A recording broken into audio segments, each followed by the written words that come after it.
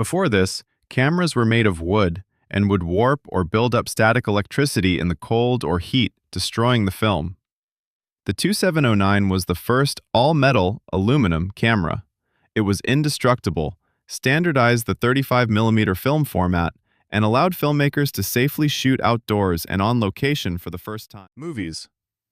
Charlie Chaplin's classic silent comedy was famously shot using the 2709 by his regular cinematographer Raleigh Tothero. When talkies, movies with sound, arrived in the late 1920s, early cameras were so loud and clicky that they had to be locked inside giant, soundproof glass booths so the microphones wouldn't pick up the noise.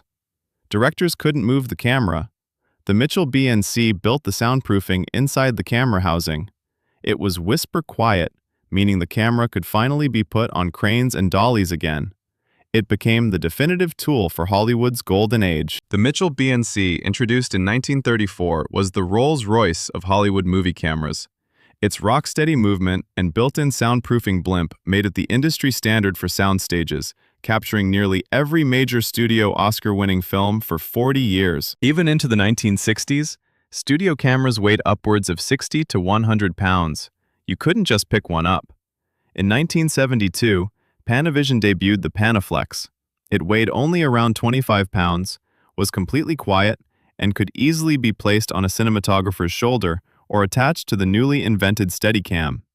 This camera defined the gritty, fluid, artistic filmmaking style of 1970s and 80s cinema. Used heavily on Jaws, Star Wars, and Rocky. George Lucas shook the industry when he shot Star Wars Episode II, entirely on the digital Sony HDW-F900, bypassing physical film stock completely. By 2004, Panavision released the Genesis digital camera.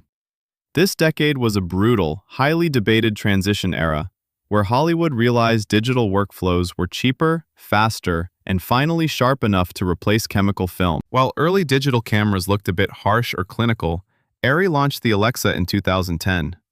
It didn't just chase high-resolution numbers, it focused on matching the warm, beautiful, organic skin tones and highlight roll-off of traditional film.